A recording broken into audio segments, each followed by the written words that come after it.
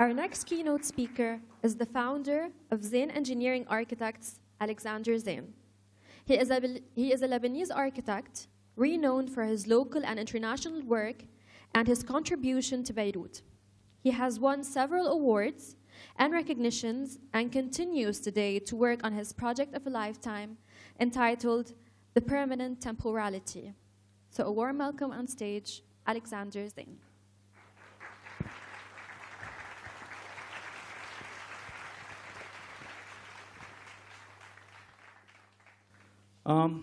Your Excellencies, ladies and gentlemen, it's such an honor for me to be here and to do this event, to have you all here.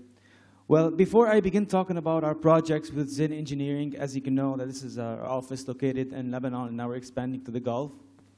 I would like to stop by for a little bit to talk about our contribution to the city of Beirut after the explosion that occurred 2 years ago, and the philosophy and sets of ideas that have informed our designs. For instance, architecture not only being as a beautiful object, but an impactful response to a blatant need in a way that a simple idea can make a radical change.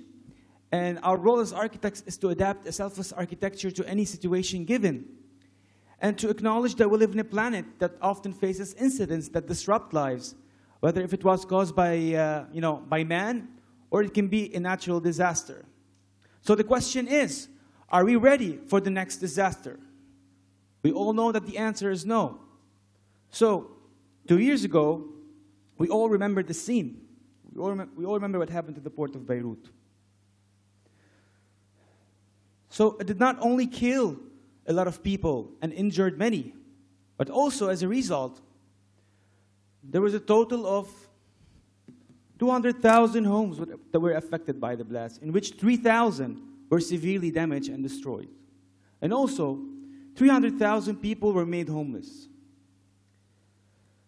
Some poor families, they didn't have access to the basic needs, much like what is needed for animals or less. And some had to sleep in the streets because they had no place to stay. So according to human rights, this is not human. This is not acceptable. So in this kind of situation, it's never about the building. It's not a question of a beautiful object. Yet, it's about humanity. That's why we introduce systems in architecture. And these systems, they don't belong to any particular place, yet they adapt to belong to the whole planet. So we call the project the Squatter Settlement. I've been working on this project for the past 8 years. So after the explosion, I felt the urge to help the Lebanese people to stay in a well-suited, sustainable venue temporarily until they find safe havens. So I made a post on Instagram calling for volunteers. The next day, there were 60 amazing people ready to help build this project. So what is the Squatter Settlement system? Well, the project is based on a matrix in which you would understand and decode the whole complexity once you'd be able to understand this one cell, one matrix. It's made of a core and a periphery of plugins. It's a served and a serving. The core is the main shaft. It contains all the services that the end user need to create a self-sufficient dwelling. For instance, electricity is powered using PV panels alongside a small generator for backup. Also, to supply water, we're going to need some tools. So we're going to need cartridge seeds, rainwater collector, PRP, and a water tank. So essentially, water is collected by gravity and stored in external tanks after being filtered by cartridge seal, and then pumped back to the unit using a PRP, clean and drinkable.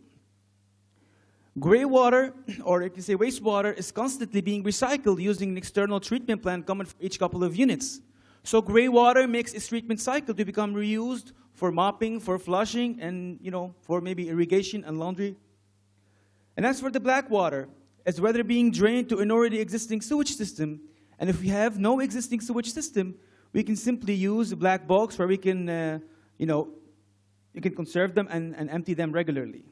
And also, we have this sort of an on-site anaerobic digester that resides to serve the whole settlement. So biodegradable waste and commercial waste is automatically turned into biogas, electricity, and heat. So we have the core, and we swirls around it 4 units. So this is a clan. And next to it, we have 4 clans that swirls around another core. So the part looks like the whole. So we sort of got inspired from the theory of fractals from nature so we can delineate the growth and the shrinking. So in Beirut, their inhabitants have become refugees in their own city. So we sort of had targeted 3 types of family victims. First, there were the families that had their homes completely destroyed and they're unrepairable, so they needed a new place to stay or a new housing project. While some other families had their homes partially destroyed that needed a couple of months or maybe a year to be repaired, so they needed a place to stay temporarily until they moved back to their houses. While some other families were living in an old wage system and they got ousted by their landlords, so they needed a new place to stay. So we wanted to implement the squatter settlement in the affected zone so that the victims, won't stay so far away from their neighborhood so they can maintain their regular lives and social functions. So we had targeted all the empty plots in the area, and it turns out that, most of them are private and some of them are owned by the municipality. And we have stumbled upon a very interesting land in Quarantina owned by the municipality. It's right in front of the Sleep Comfort building. It's the parking lot. It's 1,600 square meters. So there were 16 families ready to move in directly. So that's why we created 16 houses to fit inside 1,600 square meter land. And we did their drawings. And so this is a plan. So we have the core in the middle, and it's surrounded 4 units. So of course we have different sizes according to the number of family members. So we can have one person in an open space, or we can have a bigger family, so we can have partitions and so on. And of course they say whenever you want to design a shelter is like you're designing an ugly cottage. So this is not the case here. So we sort of designed the facade in a way to make it look appealing and elegant. So essentially, architecture is encoded to be assembled and dismantled in a matter of a day or 2. So all the materials used are lightweighted. It does not require much manpower or cranes. And of course, by assembling all these elements together, we'll come up with a really strong and robust structure. And of course, we had to uplift the whole structure so we can avoid the direct contact with the ground. And at the same time, to reserve place for pipes and infrastructure. So here you can see the skeleton of 16 houses. And for the walls, we use EPS sandwich panels because they're lightweighted, they insulate perfectly, and of course, it's cheap. And as for the floor, we use bamboo flooring, and for the furniture, we use reinforced paper panels. So 1 year ago, we had the chance to build a prototype in the Soul of Beirut seminar live in front of everyone. So as you can see that the materials are lightweighted, so it does not require any crane. So it took 3 men from most group around roughly 4 hours to build the whole skeleton, starting from the ground to create the pillars, the beams, the bamboo flooring, the sandwich panels, the roof. And of course, the happiest person in the event was me. So I explained the project. This was the prototype. So in the result, we had built this prototype in 4 hours. So it took 3 men to do it. Of course, if you want to build a plant, you're going to need more people. So that's why the phenomena of schooling is fundamental. So we need to learn as easy techniques in a socially active manner. So there will be corps of trained builders that will train others, and then the system will spread. So whenever any emergency happens, any person can build his own emergency settlement. So it's a permanent temporality instead of a temporal permanence. People can stay in a permanent settlement permanently. So at the same time, you're staying in a temporal settlement permanently. So it's a permanent temporality. And we made an accurate bill of quantity, and we stacked all the materials needed to operate the house. And of course, we made a calculation of the cost, and it turns out that the cost per 4 houses per 1 unit is almost like $47,000. So the average price per 1 house, if you divide that by 4, is going to be between $12,000 and $15,000, which is considered negligible compared to how much repairing a house will cost or how much time it will take to repair it. And of course, not to forget that this project is durable. And it's a permanent cycle. So whenever any crisis happens, like the one happened 2 years ago, people can sort of squat this settlement, so they are settlement squatters. And then they can build their own emergency settlement. So when the crisis is over and they want to get back to their homes, they can easily dismantle it and store it to be ready again for the next disaster. So imagine that each country around the world possesses a squatter settlement. So whenever any crisis or a disaster like this one happened, they can immediately cope and rebuild. In like a matter of a day or 2, they can maintain their regular lives and social functions. And of course, it can house infinite number of families. It can grow. But of course, I call this the project of a lifetime because it's an ongoing research. We always ask for donations to build more prototypes of the squatter settlement. And our research right now is focusing on how to create the architecture to be independent and self-sufficient in a way to be disconnected from the urban infrastructure. So I'm sure that, of course, that many researches around the world are happening that revolves around this topic. So let's just imagine in the future we might affect the future of urbanism, that each building can be self-sufficient, can harvest its own energy, harvest its own water, own electricity, and of course to be completely disconnected and detached from the urban infrastructure, leaving the motherland sane. So now I'm going to talk some projects made for some rich associations, since we build for everyone. We build for cases like the explosion, and sometimes when you have a client and you want to build an expansive building, you have to be able to respond to it. So we sort of won the competition to design a residential complex for Ranko. So the project was located in the high-end neighborhood in King Abdullah Street. So this is the land, and of course it's in Riyadh, KSA. So it's 9,750 square meter. So the exercise was to build 3 types of apartments: small, medium, and big. And of course, the third floor must be 50% of the second as the rules, and the roof must be 50% of the third. So first, we had to identify the DNA of the project. So we sort of got inspired from the Riyadh city's pixelation to stimulate the skin that serves as a protection of the overall sun exposure, and at the same time to foster privacies among families. And also, we sort of got inspired from Riyadh's desert sand pattern to stimulate the main skin shield that will protect the overall building. So, and of course, you can stimulate infinite forms of these skins. And here we have the apartment open and close. So the iteration of apartments acquires the same essential ingredient to create a superior living experience. So each unit acts like an organic cell that changes its morphology according to tenants' needs. You know, almost like a nervous system that will link between 2 otherwise separate environments. So we're emanating from a 1.2 times 1.2 grid on the side. We sort of created this infinity loop. And then we sort of pressed up the southern part to create an overall protection of the whole building.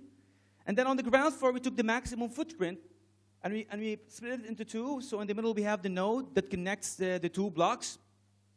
And then we created courtyards 8 by 8 to make sure that all the apartments will receive enough daylight. And then by mingling all these elements together, the units sort of cascade up to reach 150 apartments, and they all enjoy the great views, and each apartment has its own private garden. And by studying the sun path, we made sure that the main skin shield will sort of protect the overall building. And these cascading movements sort of cast shades into the gardens in a way that people can sort of spend time outside during the day in Riyadh. And by studying this, the ventilation, of course, the main skin shield will sort of filter the sandy wind in a way that only the fresh air will penetrate. And in the middle, we have all the common areas and common spaces to serve the end user that connects the 2 blocks. And then, instead of creating these long aisled corridors, we sort of designed the corridor to be dynamic. So this is the building during the day and at night. And of course, here you can see how the skin changes its morphology according to tenants' needs. And then from the streets, you can get to see this sort of infinity of the desert. And of course, this main skin shield, so it's like a membrane that breathes in and out. And we created this sort of sky garden on the top where people can sort of spend time outside, during the day, at night, and all the recreational areas and the amenities needed to create a high-quality living. And here you can see how the skin sort of casts shades in a way that looks like a desert pattern. It embraces the building. So in the basements, we created all the services. And the ground floor there, we had the lobby that connects the 2 blocks. So this is the lobby. And of course, we have the gym in the first floor and the sky garden in the first, and then it cascades up. So the end user has the liberty and flexibility to open and close these panels during all times of the day. So you can have faultless transparency during sun absence, or you can have a considerable isolation during sun presence, in a way that once it's closed, it sort of casts shades in a dynamic way deep inside the apartment. some sections and elevations. So from KSA to Iraq, and particularly in Erbil, in downtown Erbil, so we were invited to design a shopping mall that overlooks the Sami Abdul Rahman Park. So the idea was to sort of create the project as the bridge that connects the park to the city. So sort of created a tunnel underground in a way that the pedestrian can penetrate deep into the heart of the project. And then we were asked to create 2 gardens, one for men, another for women. And of course, we created it in a curvilinear shape. And then we had to set back 10 meters from the ground, only in the ground floor. But of course, when you go up, you can bring it up again. And then in the negative spaces, we sort of engendered the retail spaces in a way, keeping the heart of the project open to the pedestrian. So the project engages fully with the public. So we created this sort of piazzas and gardens all over. And of course, the dominating color is white because it has all the colors of nature. And also the facade is designed in a way to be extremely dynamic. So in order for us to do that and to create this sort of inviting element, we sort of tilted all the walls of the retails, and then we tilted the slab as well. And when you enter the project, there is a sort of inviting, gigantic stairway that acts not only as a transitional element, but also as a social hub where people can sort of meet and spend time and drink coffee and take pictures. So now this project is in progress. And the Dubai Expo 2020, we were invited by the Once Entertainment Management, the management of the pavilion, to imagine a sort of an addendum to the already existing structure of the pavilion. So the reason behind that is they wanted the pavilion to actually stand out and merge among its neighboring pavilions, and at the same time to manifest the identity of Lebanon without the need of any title. So once you remove the title from this building, there's no identity. So how to manifest the identity of Lebanon using this structure? So Lebanon and the Lebanese flag embodied by the cedar tree is not only a manifestation, but a representation to its meaning. So strength, peace, and eternity is symbolized by the tree, where are and will always be the crest of this country. And of course, we can see it everywhere. We can see it in the airplane. We can see the cedar in the passport, and even in the pavilion. So, of course, not to forget the great history behind our country. So inspiring from that, we sort of introduced a light-weighted galvanized steel tubes to be embedded on the surface of the facade of the pavilion. So the advantage of this material is that it adapts perfectly to the structure because it's very light-weighted. It's hollowed from the inside in a way that you can reserve place for RGB lights. And of course, it can reach long spans. So you can see that we can add the RGB lights and connect it from behind. So 500 tubes were to be installed on the surface of the facade of the Lebanese pavilion. And then we sort of depicted the Lebanese cedar. And then to reveal the flag, we sort of pressed up the corners to reach cantilevered like 3 meters and 2 meters. And so in the result, we had this was the pavilion. And of course, these elements at night, they sort of animate the space by creating display of light. And of course, here you can see the movement of the flag, that it feels like this is a flag. So it enables the Lebanese pavilion to actually merge and stand out among its neighboring pavilions. And at the same time, it reveals the identity of Lebanon. So here's a small video of a play of light.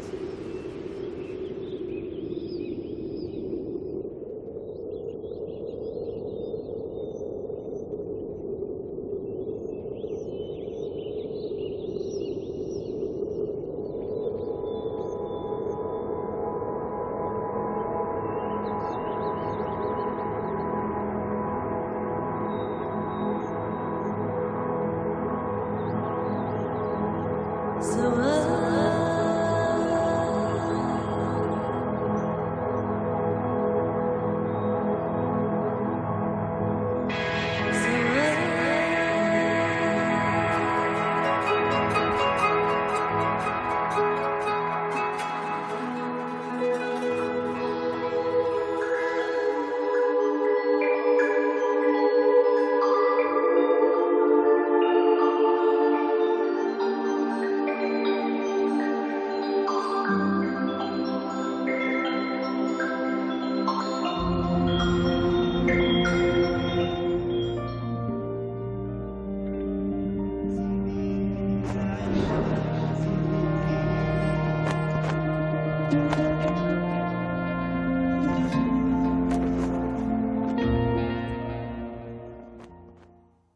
Okay, coming back to Beirut in Jdeida, we were asked to design a glass tower.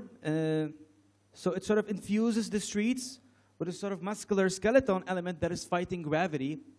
And of course, we created this truss system to be as part of the design. So it incorporates more than 100 offices and corporations that overlooks the great views.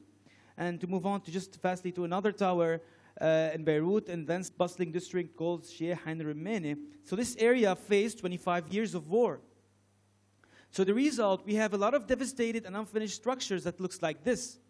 So investors attempted to replace this structure by commercial residential blocks that looks like this. You can judge. So, and of course, the area possesses nearly 2% of greenery. So this is the land. And usually in Lebanon, private space remain too private, so we sort of convinced the client to create some sort of public attraction by introducing retails on the ground floor and some offices in the first 2 floors.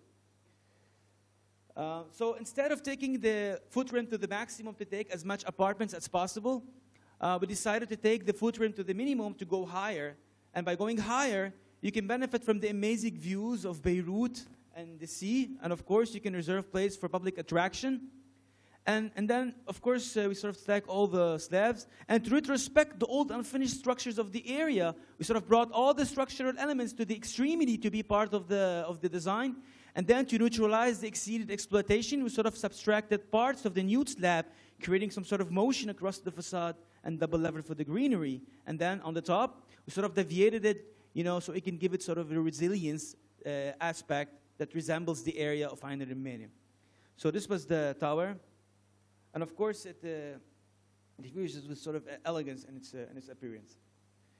So we sort of cladded it with ACP panels so we can give it a strong character that would remind us of the period of our time. And then we sort of recessed all the glazing elements in a way that these nude slabs, they act like shading devices. So during summer times, we can create the perfect shades, while during winter times, the sun can perfectly enter deep inside the apartments. So here you can see the connections from the inside out. So this simple, rational building has greenery that surpasses the 2% of the entire area. So we need to think about the environment whenever we want to build a building, because seriously, architecture is killing us. We need to harvest energy more than it needs to conserve. And with this whole worldwide trending consensus talking about climate change, it is true that buildings contribute roughly 40% of the total carbon emission. But the good news is that we have the power to mitigate carbon emission in our designs. So what if architecture can be alive? What if it can breathe? So we were assigned to design a residential building in the heart of Sept, just like any normal residential building.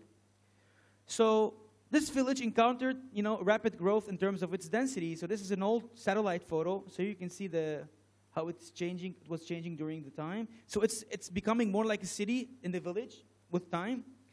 So the idea was to sort of create the example of the cleanest residential building in the area. But of course, whenever you want to design any building, you always have to battle with these rules and regulations that often limit the design. So we had to work with it. So essentially, we created 2 main courtyards, 4.5, 5.5, to make sure that all the spaces will receive enough daylight. And then we sort of created 3 apartments that encompass it. And then we stacked all the slabs. And then we decided to use the rules and regulations as tools to harvest energy. For instance, the pitched rooftop can be the perfect canopy for solar panels. And also, rainwater is harvested and collected by gravity and then recycled and to be reused again by the tenants after being filtered by cartridge seals. And also, we're treating all the gray water to be reused for mopping, for flushing, for laundry, and maybe gardening as well.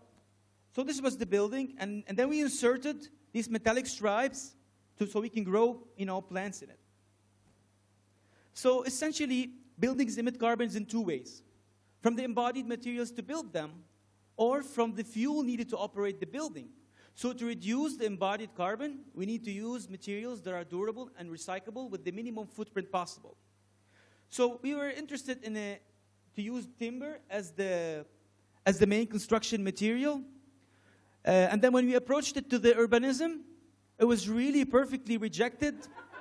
So we had to use reinforced concrete.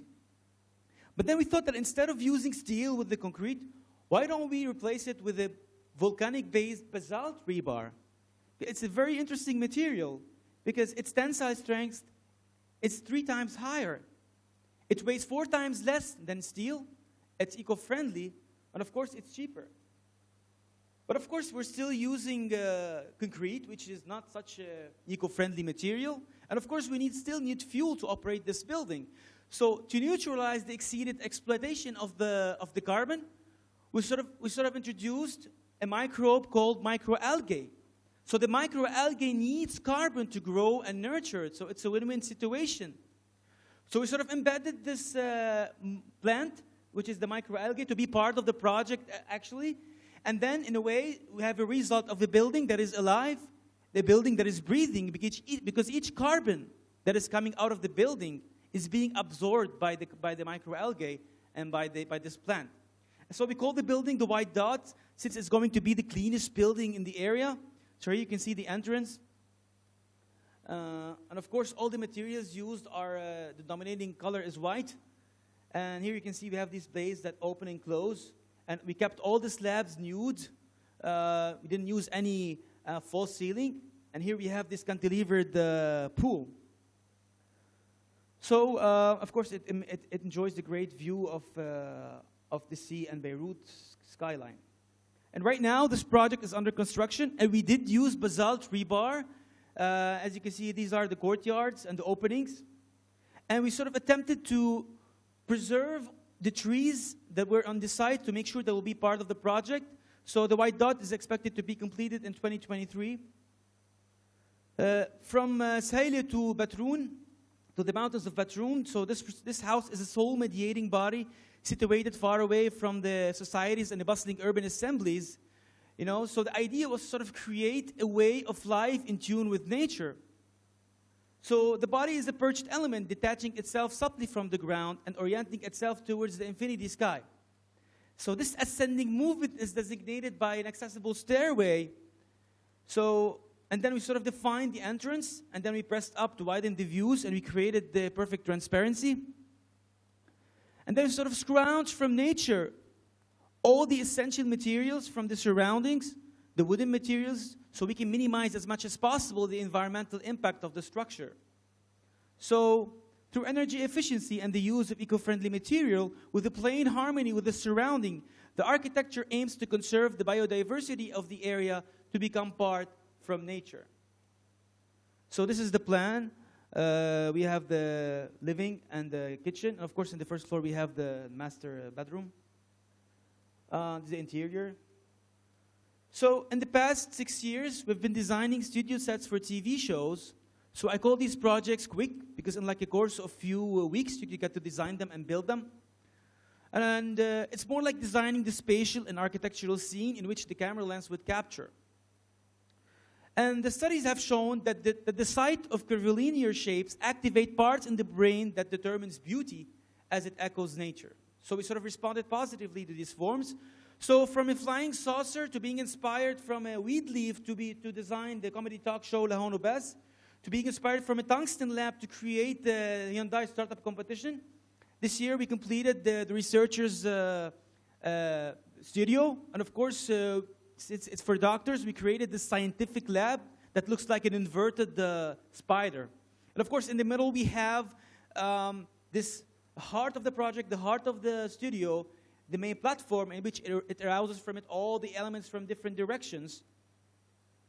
So here you can see that everything is black. You can only get to see the curves and the movements.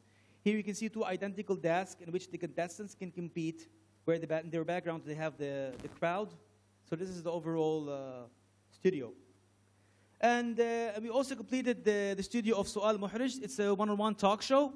So we sort of created 2 slanted backgrounds with different heights, defined by these repetitive white elements. And in between these elements, we have these sort of spots that give it an aspect of being in a spaceship. And then we designed the table to be tailored only for 2 persons, so we sort of created 2 wings that sits on a sort of 3D triangular element. So in a way that looks like you know, it looks like an insect or a bird. And yet another one-on-one talk show for Al Majhool.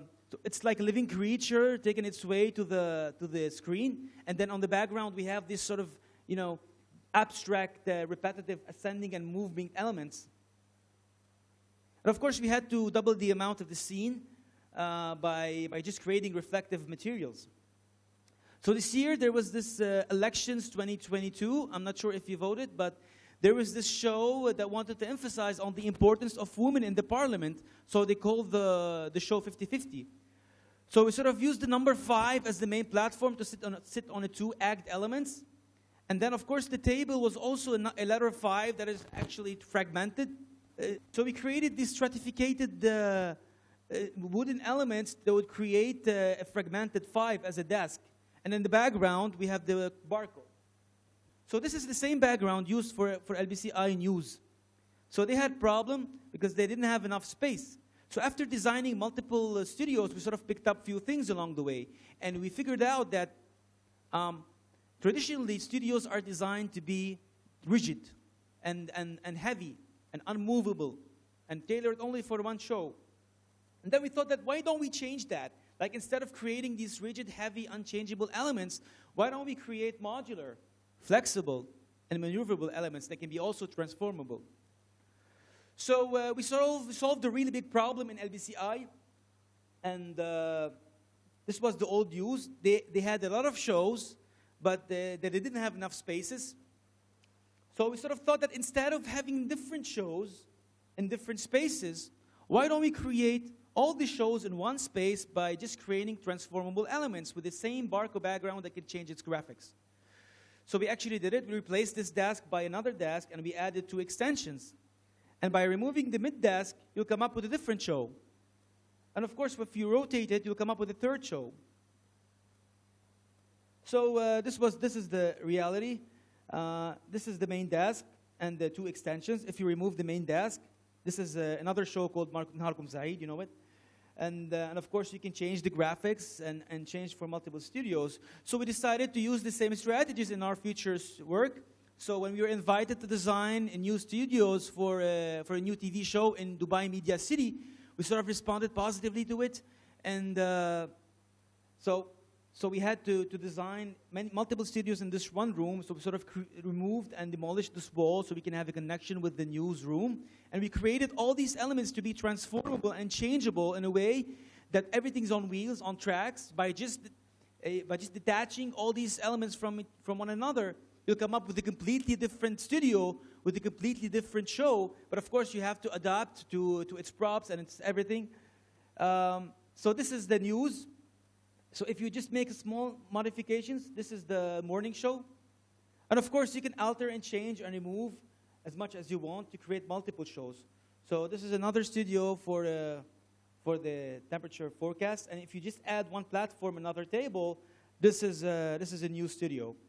And here we created all these touch screens for the representations of the graphics. And of course, we had to design the background to be the perfect laboratory of information. So this was the background. And right now, we are actually building all the studios of Al Jadid as they wanted to refurbish all the studios. So of course, we use the same strategy. So if you look at this picture, these are 9 shows of Al Jadid.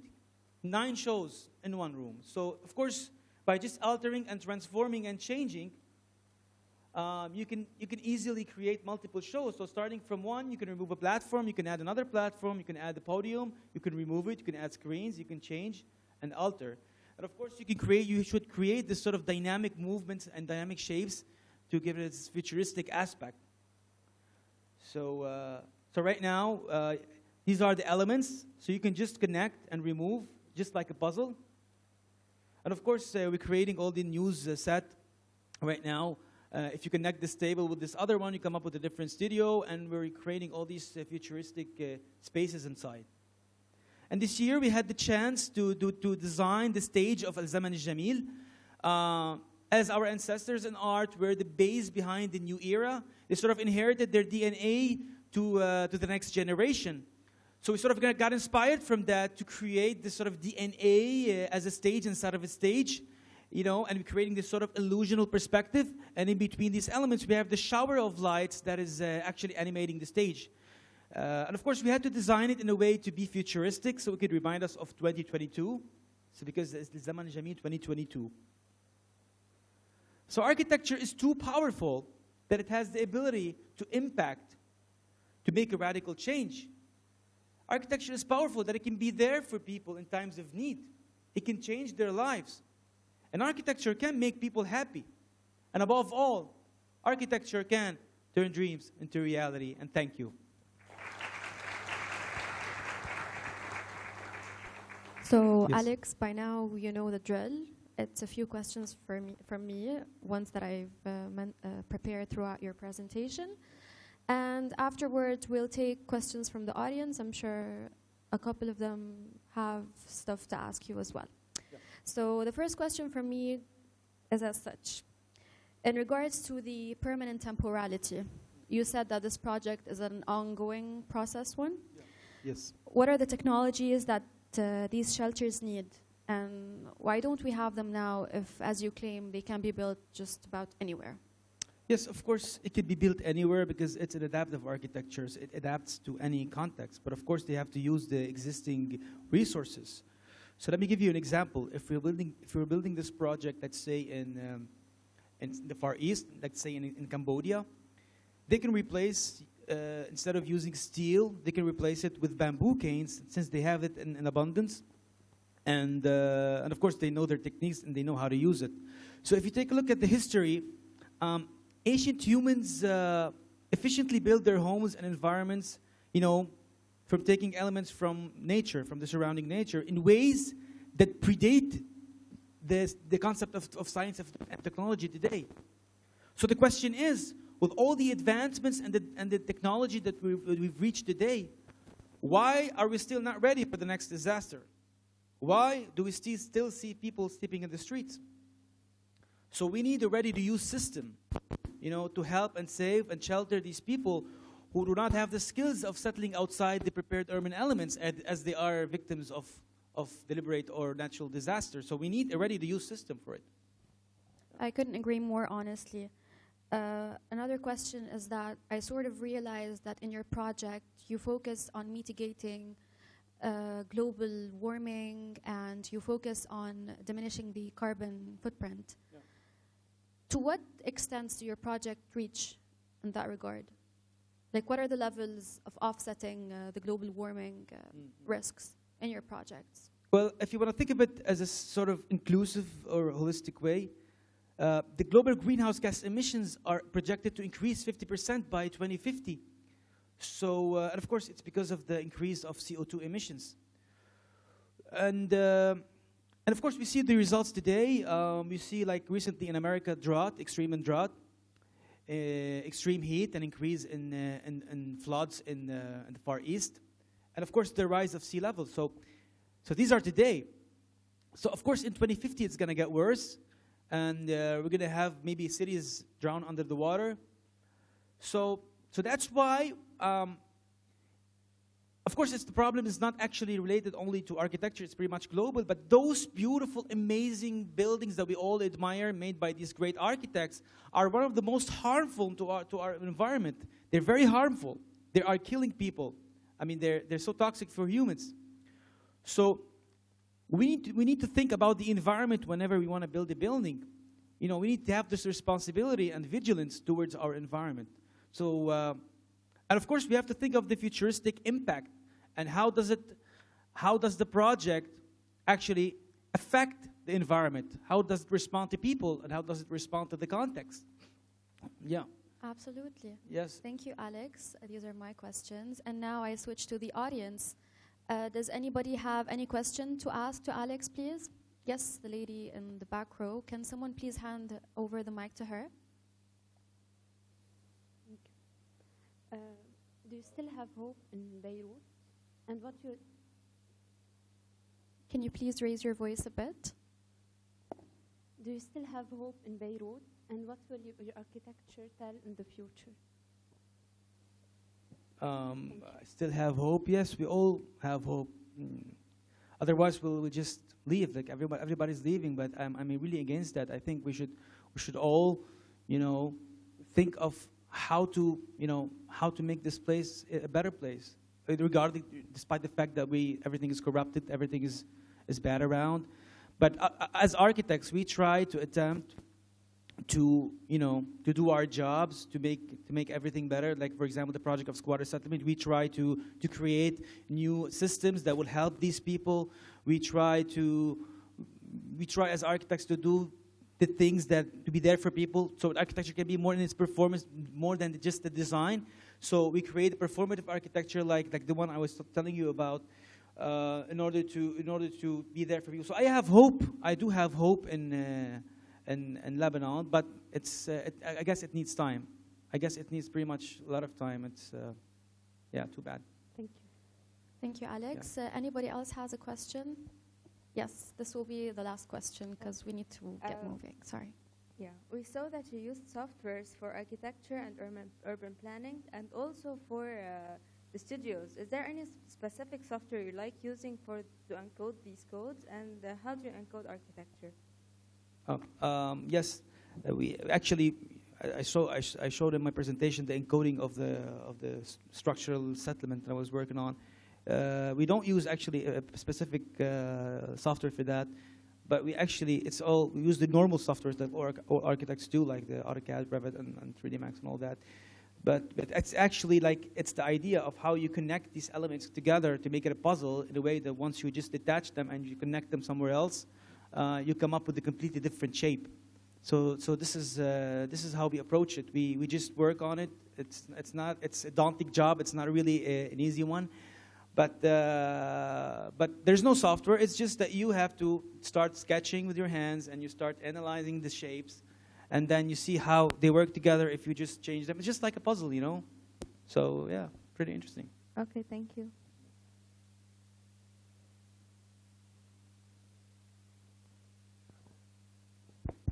Thank you very much, Alex.